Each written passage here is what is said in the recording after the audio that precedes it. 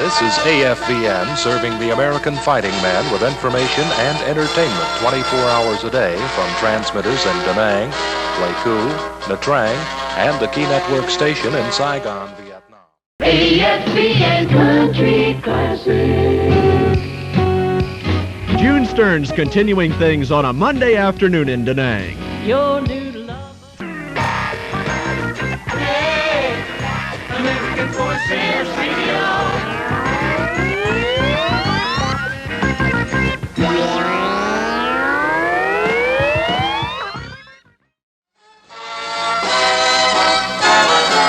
This is the American Forces Vietnam Network.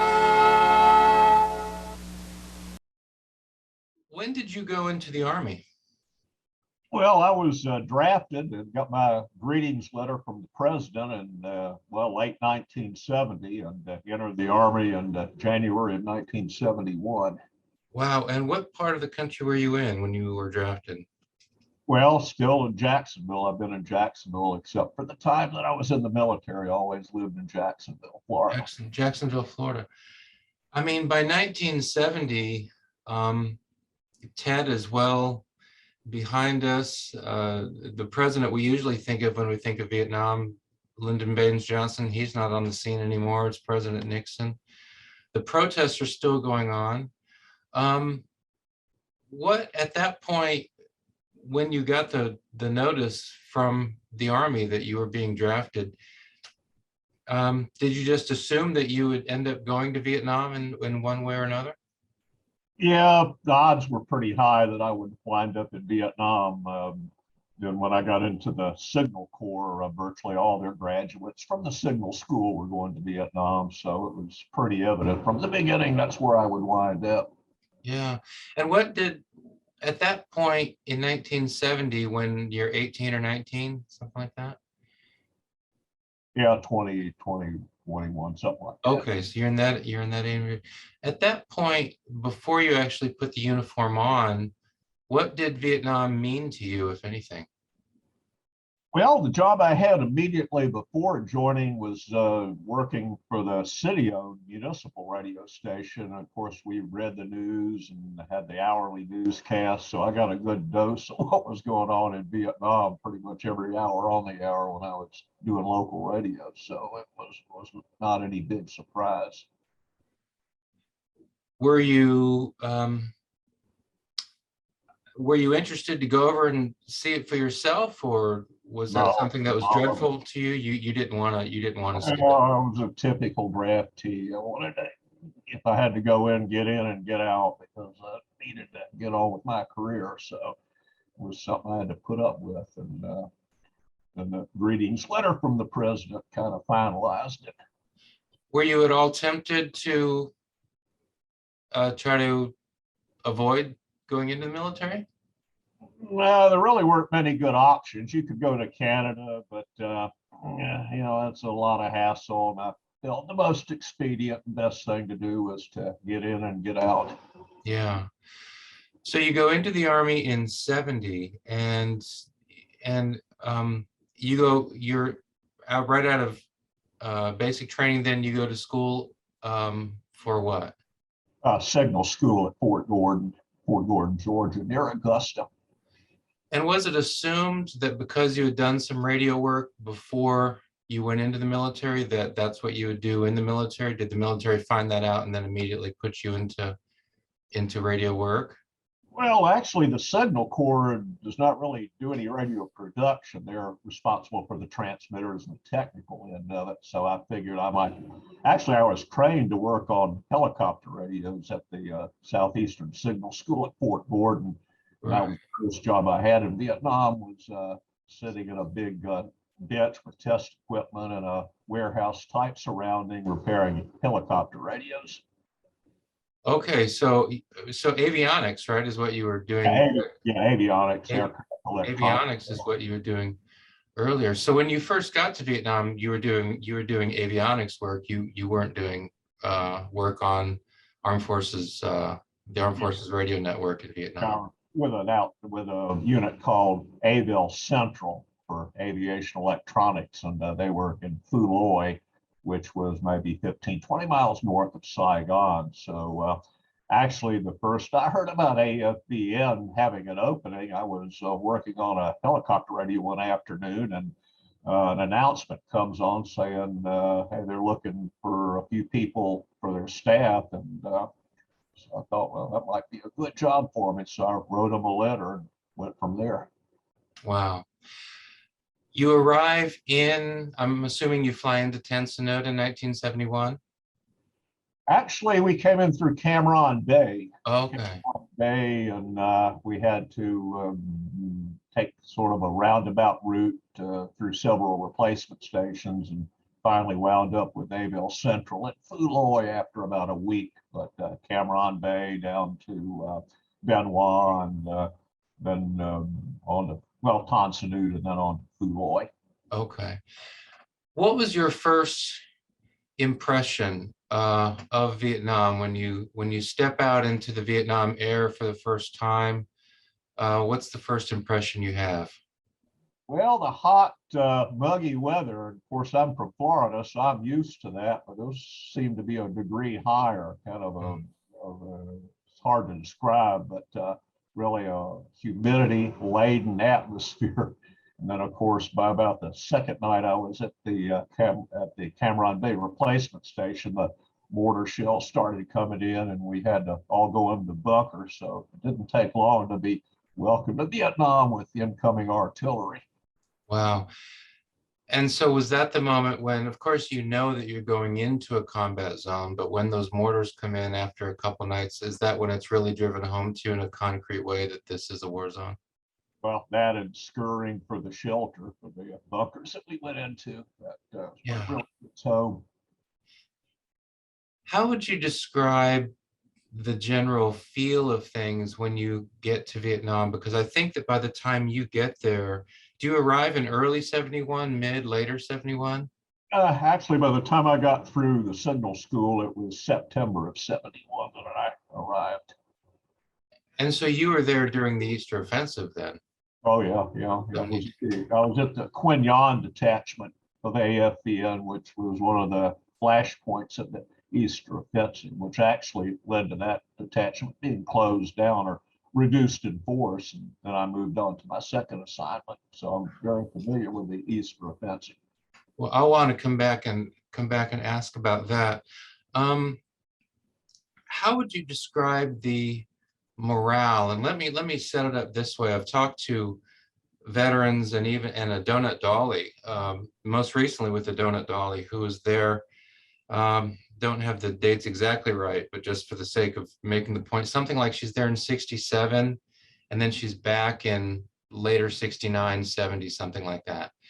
And she says that just the way things felt, it was so different. In 67, there was a sense that, maybe this thing is winnable. Maybe South Vietnam really can stand on its own 2 feet. By later 69, 70, there's the feeling that this thing isn't going to work, and we're just kind of biding our time until we get out of here and this thing comes unglued. I don't want to put words into your mouth. What was your sense of things in latter 71 when you arrived? How did it feel? Did you get the sense that American forces felt like, hey, this is winnable, South Vietnam, it will be able to stand up on its own? Pretty close to the experience that you just related toward the end of the war. Actually, there were 3 groups of people. You had those that were still very hawkish, that was dwindling. You had many career people who, like me, just wanted to get my time done and move on with my life. And then, of course, there were a fair number of, which I guess you could call anti-war activists, that were in the ranks. And so pretty much indifference would be the best way that I would describe the general feeling, would be indifference. Some veterans have told me that by the time you get into the early 70s, there's just this sentiment, which is, it's a rough thing to repeat, but basically, I don't want to be the last guy to die in Vietnam. Did you pick up on that kind of thing when you were there? Well, not in that context, really. just more of a feeling of indifference that we needed to get our tour in, do our duty, and then move on. Wow. You were there during the Easter Offensive. You said you were in Quinlan? Yeah, Quinlan, which is a coastal community. We had a detachment on a mountaintop called Bung Chua Mountain, which is one of the lesser pacified areas.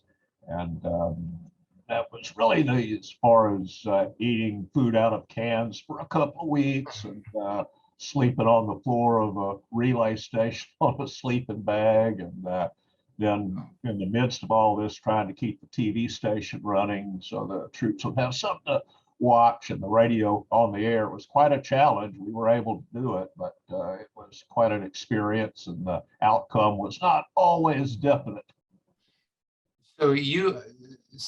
So describe how the Easter Offensive played out in the general area where you were. The image I have in my mind right now is you're in the studio doing your work, but knowing full well that there's battle raging not far from where you are. Is that image right? Pretty much. We were on the top of the mountain, not a big mountain, maybe 2,000 feet, something like that, near Quinlan. And so we kind of felt isolated, and there was quite a feeling of maybe hostile forces on the mountain below us, and the security wasn't the best. There was just one signal company, and they were there mainly to keep the long lines or the telephone system working. And AFVN sort of hitchhiked on that site in order to put out a better signal from the top of the mountain. So pretty much it was a grind for a couple of weeks. That's the best way I can describe it, but we did get the job done.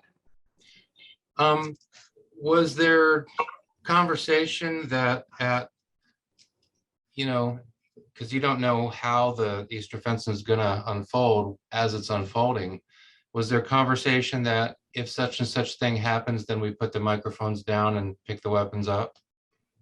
Oh yeah. When I remember several nights when my assignment was to run the TV station, which was in a van, kind of a van which was parked in the signal compound. And actually it was outside the perimeter of where they had set up security, because they didn't really have enough people to cover the whole mountaintop. And so here I am running basically stateside programming on film, sitting at the master control console, and I've got the M16 locked and loaded sitting right beside me. So doing my own guard duty in a way, put on the film, go outside the van, walk around, make sure there's nothing going on, then come back in and hit the next projector. So it was an experience. Wow, that's something. So you just mentioned the job, and I think you just described a bit of it. How long when you got to Vietnam, you were doing the avionics work.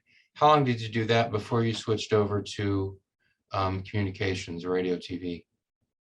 Not very long. I was only at the aviation unit for maybe, I don't know, a matter of weeks, because I did write the letter to AFVN. It took them a while to set everything up. And so probably maybe 2 months I was doing the avionics before I finally left. Okay. And did you do the full year in Vietnam? Oh yeah, exactly 1 year. So about 10 months then in the communications. And right. Yeah. So you're at Quinlan, and where else did you do radio TV work? Well, the Quinlan really didn't have any local radio. All of the programming came from Saigon, and we just repeated it. Well, after the Easter Offensive, Quinlan was reduced. They left an unattended low power transmitter to cover the city, but basically the detachment closed. And of course, the personnel, some of them went home, but I still had too much time in country to be eligible to come back. So they sent me to Da Nang on Monkey Mountain, the China Beach detachment, so to speak. And that's where I started doing radio. I got dumped in at the last minute as a fill-in host, and it all went from there. So you're in Da Nang in 72 then. How are things in Da Nang at that time? Well, of course, Da Nang was Rocket City because the rockets would come in just about every day. Fortunately, not too close to where we were, more aimed toward the air base, but a lot of rocket attacks. We could sit and watch the rockets at night, zooming around away from us, fortunately. And other than that, pretty much the same routine. Had a radio show and also did some TV news and sports, and that was pretty much it. So when you use the word host, does that mean DJ, basically. DJ? So introducing songs and then did you read news reports as well? Well, actually, in Da Nang, our news came from Saigon. We took the net news from Saigon on radio. Of course, every night we did have TV news, and I did the TV news and sometimes in TV sports. The other, we had two people on camera, a sportscaster and a newscaster. We kind of rotated around, but that was night, I think 7 o'clock, if I remember right. When you were doing this work, reporting on sports, playing the music, the news, of course, like history books tends to focus on the negative, but the sports and the music, did you think of your work as what I'm doing is in my mind is I'm contrasting Da Nang as Rocket City, so here come the rockets, and they're not very close to you, but they're close to somebody, and so that's coming in, and we're late in the war. I mean, now we're post-Easter offensive. There aren't a whole lot of people at this point who think that things are going to end up well and things are going to end up in a good place in South Vietnam. So there's that on the one side, and then there's on the other side, you playing pop music and talking about sports. In your mind, was the meaning of this work that you were giving other people a respite from just the hassles of being in Vietnam at that time? Does that make sense? Like, this is, well, I'm playing pop music, which in itself may not be incredibly meaningful, but if it's giving other people a break, if it's giving them memories of home, if it's giving them some respite from what they're dealing with, these guys who've come in from being out in the boonies, I mean, that's where the meaning of the work is. Does that make sense to you? Yeah, that was one of our main jobs. We were, especially in Saigon, our job was to recreate a stateside radio station, say like KABC or actually a KHJ in Los Angeles or WABC in New York or WLS in Chicago.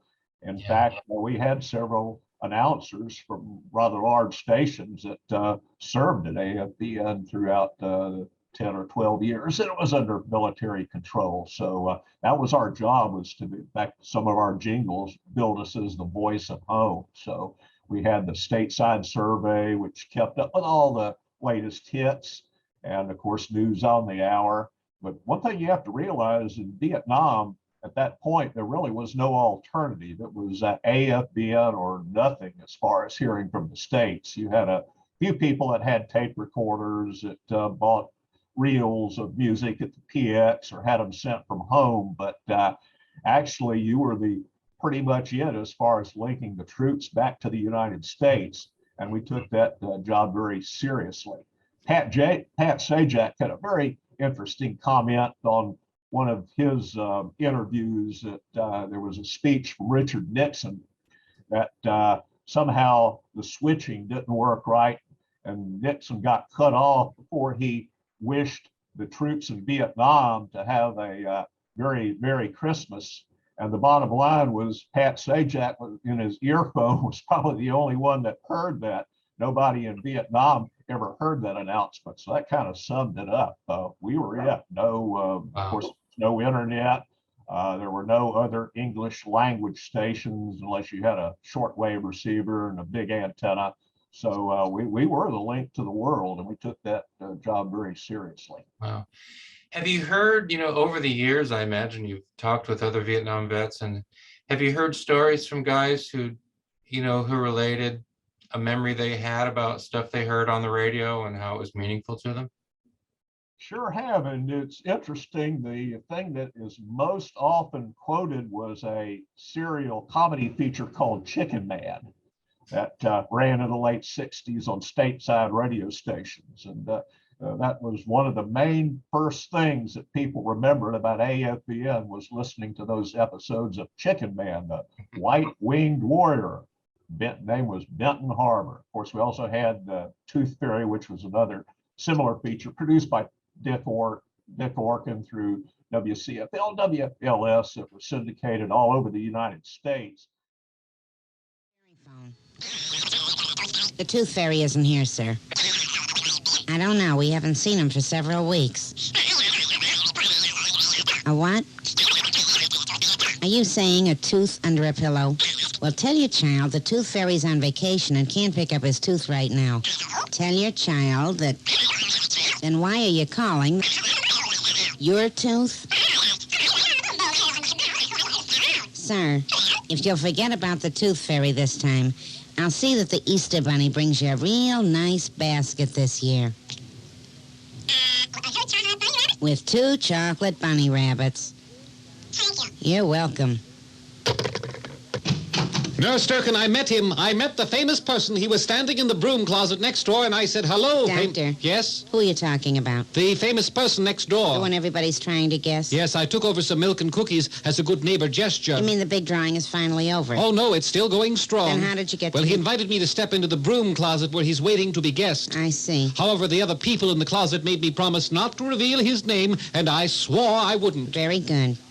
He's my favorite inventor, you know. Who? Thomas Edison. I told him that I loved his light bulbs, and I used them all the time to see things within the dark. Doctor? And his pornograph, I said, was my second favorite invention. Doctor? What? Are you going to tell me that Thomas Edison is standing in the broom closet next door? No, I'm not. I swore to keep it a secret. Do I have a patient this morning? Yeah, he's been waiting with his mouth open for half an hour now. Oh, yes. Good morning, Mr. I was next door visiting. You know, what is really remarkable is how much Mr. Edison sounds like the Mola Marauder. Open wider, please. Doctor? Yes? I don't want to upset you, but I think he's been dead for more than half a century. He has? Yes, he has. Well, then close his mouth and bring me a live one. Doctor? Looking at dead teeth always gives me the creeps. This is the American Forces Vietnam Network, where the hits just keep on coming. American Forces Radio.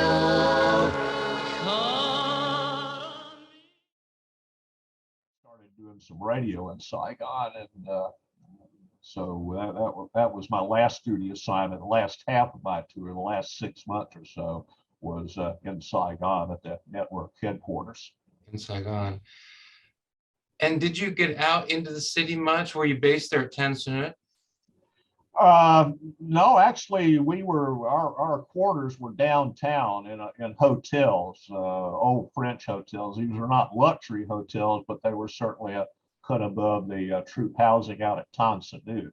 So we were headquartered at first what was called the Quezon Annex Hotel, and then finally at the Walling Hotel on Pham Nhu Lao. And so we basically 2 people to a room. We had a hotel room in downtown Saigon. Well, although we did travel quite a bit while I was doing the inventory, as I was assigned to the supply division of AFVN, and one of their duties was to travel all around Saigon in jeeps and vehicles and pick up things, drop things off, and actually, I enjoyed doing that quite a bit. Got to see the sights of Saigon and visit Tan Son Nhut quite a bit. And the Saigon traffic was the biggest thing. You had to really be on your toes to handle the Saigon traffic. That was the highlight of driving around Saigon, was dealing with the traffic. Yeah. Apart from the traffic, how would you describe the spirit of the place at that time? You know, of course, looking back, we know what's going to happen. We know what's going to happen in Saigon in 75. Here we're now moving deep into 1972. We know that the U.S. troops are going to be out pretty soon, and they are out early in 73. How did things feel in the city? Was there anxiety? Did things just feel normal? What was your sense of things? Well, would get back to kind of an indifferent attitude. I don't think anybody was pure doom and gloom, but not too much optimism either. Kind of just everybody going day by day, and we figured probably in 2 or 3 years that something would have to give. And of course, within 6 months when I left, they did sign the peace treaty, and the Americans, most of the Americans, evacuated at that time in early 1973. Did you see the effects of Vietnamization? And this might be hard because if you don't see what, well, I listened to, I've heard a spot from AFVN on the black market, you know, and things not to buy in the black market. Yeah. And everyone knows who studies the Vietnam War that the black market was a big thing, not only in Saigon, but there's a lot of that in Saigon. And so if you don't see what that's like in 68, then I guess it's hard to compare it to, you know, then you don't know what you see in 72. You don't know how to compare that to what existed before. But did you have a sense that with Vietnamization, that is, American troops are pulling out, which means that American currency is pulling out, which means there's less demand for these black market products. Did you have a sense that the economy of Saigon was faltering a bit as U.S. forces were pulling out? Well, there was pretty much the U.S. Money we're spending was keeping things afloat, was kind of the impression that I got. That, it was a big boost to their economy. The local economy benefited greatly. And of course, with the black market, the exchange rates varying, that could have been a problem. But it was pretty much a one day at a time type thing. So what you saw was still the American presence that was still there in 72 was still very much the engine of the economy. And yes, definitely. Was when you go out into Saigon, are you allowed to go out by yourself, or do you always have to have at least one buddy with you? No, it was a pretty much you went where you wanted. They had shuttle buses that commuted between McBee at Tan Son Nhut and went all around town. So, you know, you could catch a shuttle bus, a military shuttle bus, and go just about anywhere. There were military or actually civilian taxis that were available. There were very few precautions taken, and we of course went out just like we would in New York City or Jacksonville or wherever. Looking back on it, we probably realized I was more vulnerable than I probably should have been, but that's the way it worked. It was not much different than being downtown big city anywhere. Yeah, that's actually very surprising to hear. So you didn't feel like you needed to be especially vigilant, no more vigilant than if you were in downtown LA or downtown Boston? No, the biggest thing, I guess, was all the buses had screens on the side of the window, so they couldn't lob anything in. But other than the hustle and bustle of the traffic, really weren't any incidents that I could put other than maybe a few ammo dumps blowing up. I guess that was probably the most visible or oral manifestation of what was going on as far as terrorism or anything like that. So Viet Cong blowing up ammo dumps in the general Saigon area? Right, yes. Yeah. Or maybe accidental without Viet Cong, who knows? We didn't find out too much. And every once in a while there would be some rockets that would land at Tan Son Nhut that would make the news. But the biggest thing was the incompetency of the government of the Vietnamese was a big thing. Because I also did radio news in Saigon, and I can remember reading a story about the Key regime is cracking down on the Saigon newspapers. There were something like 30 of them, and they were going to pass a big law that was going to make them have to pay license fees and adhere to certain standards. And I can remember reading that item on the news and thinking to myself, well, what are these people up to? You know, this Key regime, you know, and they, of course, were riddled with corruption. So, I mean, it was pretty evident at that time that the Vietnamese government had very very dim future unless big changes were made. And of course, you brought up the Vietnamization program. That was kind of a last-ditch effort. AFVN actually had a role in that. In Quin Yon, they were building a new THVN, which was the Vietnamese television network, radio and TV complex downtown. And myself and several of the other engineers in Quin Yon, we were assigned to advise them to put in on putting in their equipment. And of course, when Quin Yon closed, AFVN closed, much of the equipment from AFVN Quin Yon went to that new station in downtown Quin Yon, and presumably it lasted until 1975. But that was an example of Vietnamization, very luxurious studios they were building, and everybody hoped that the Vietnamese would be able to carry the load. But even then, we had our skeptics, and I got to admit, I was among them unless big changes were made in the government. The government was just not very good at all, corrupt, and the military reflected that, unfortunately. Yeah, and so there must have been moments, maybe a lot of these sorts of moments where you're sitting there wondering, why are we here defending a government that's so obviously corrupt? I mean, it sounds like that kind of thinking passed through your mind. Well, that was certainly a big part of my thinking, and some others that I talked to as well, that there was just no future for under the Key regime, and the others that preceded them weren't much better. That was the problem going all the way back to the 1950s with Vietnam. It was very obvious to anybody that looked that unless big changes were made to the South Vietnamese government, that the efforts would eventually be doomed. So you leave in then September 72, is that right? Right. When I left in September of 1972. So you flew out of Vietnam in 72. Were you glad to be getting out? Oh yeah, everybody. That was one of our main pitches, was a short timers calendar. Everybody kept one of those, marking off the days until they could ETS, return to the United States or wherever their next duty station was. Yeah. So you had quite a few people though that liked it, that would extend. We had one person that kept extending military at AFVN, lasted something like 4 or 5 years, kept extending their tour. But of course, when I was there near the end, they really weren't doing that. So I couldn't have extended probably even if I would have wanted to. Yeah, we had calendars where we marked off the days until it was time to go home. That was the famous short timers calendar. Right, sure.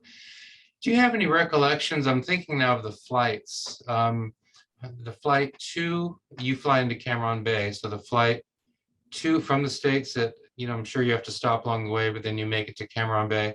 And then the flight home, I'm assuming from Tan Son Nhut, then that's where you begin the flight home, and then you come back to the States.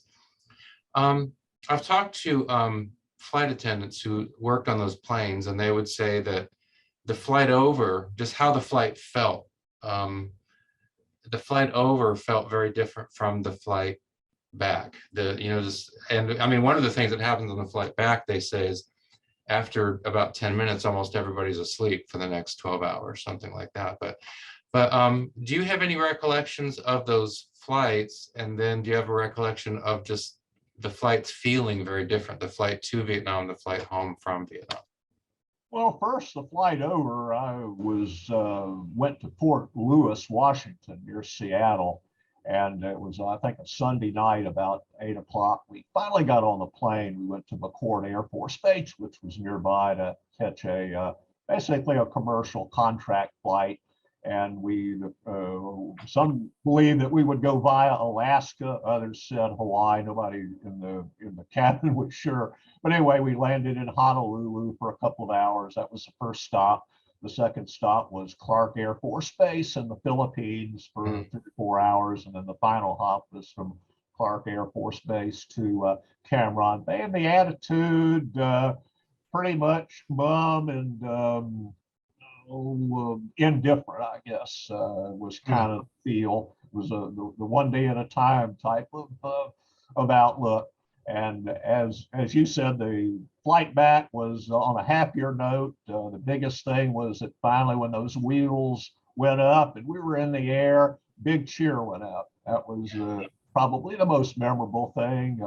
The liquor was flowing pretty freely, and the attitude for about the first 2 hours was very good and boisterous. But then after that, the sleep and the all that set in. I think landed at Guam for a stopover for a couple of hours, and then on to Honolulu, and then we flew into San Francisco, and of course from then on we were on our own for 30 days of leave. You flew into San Francisco. I've heard from vets earlier, so I don't know what it's like in 72, but I've heard from vets that often when they fly into the Bay Area, especially, not just the Bay Area, but the Bay Area especially, they were told to get into civilian clothes as soon as they could because of protests. Did you deal with anything like that? Did you face anything like that? No, actually, we had to wear our khakis in order to get military discount because we were on our own flying from San Francisco. In my case, back to Jacksonville. We made our own booking arrangements and all, and we did need to wear the uniform in order to qualify for that. I think we wore the uniform all the way. Fortunately, we didn't experience any anti-war sentiments. The biggest thing on the flight going back, people could not wait to get off the plane in San Francisco and go to McDonald's and get chips. That was one of the biggest things that I remember. I never stuck around the airport long enough to do that because I wanted to get on my flight and head back to Jacksonville. But that was a big sentiment, was being able to go to a McDonald's burger joint back in the United States. Probably shouldn't admit this, but I've actually eaten at a McDonald's in Saigon. So times have changed a little bit. Yes. So when you're making your way home from San Francisco to Florida, you are in your uniform then. Everything went okay for you. You didn't have any of those problems that we sometimes hear about. No, I feel very fortunate. I never ran into any anti-Ormond demonstrators, which I had a certain sympathy for the outlook that they were putting forth. So in a way, it might have been interesting, but looking back, I'm glad it worked out like it did. Do you remember where you were in April 75, late April 75, when Saigon fell? Did that news really register with you? Were you too busy to pay attention? How did that go for you? Yeah, I paid close attention to it. I was teaching at the community college, teaching communications electronics. So we always had the TV going because that was one of our jobs was to fix consumer electronics. We trained people how to do that. And of course, I was not too happy with what was happening. But then again, I realized it was inevitable going back to how things looked in 1972. So it was basically viewing it with interest was what I was doing. Since you were in the media, different kind of media than what people think of when they think of the media during the Vietnam War. But I just recently had a discussion with an Army Special Forces guy, and he said what I've heard many times from veterans of the war, that they felt that they had an enemy in the North Vietnamese army. They had an enemy in the Viet Cong. They had kind of an enemy in the government of South Vietnam, but just because that government wasn't making things any easier. And they also had an enemy in the American media. And some of them feel that they were, in a sense, stabbed in the back by an American media that was unfair. For example, just an example that's often given, presenting Tet as a kind of failure when actually the Viet Cong were devastated once US forces rallied, and it actually was a great military victory. So I often hear vets say that they feel like they had several enemies, and one of them, generally speaking, was the American media. What is your response to that? How do you think about that? Well, I think if the media was to be faulted, it was early in the war when they were being too optimistic.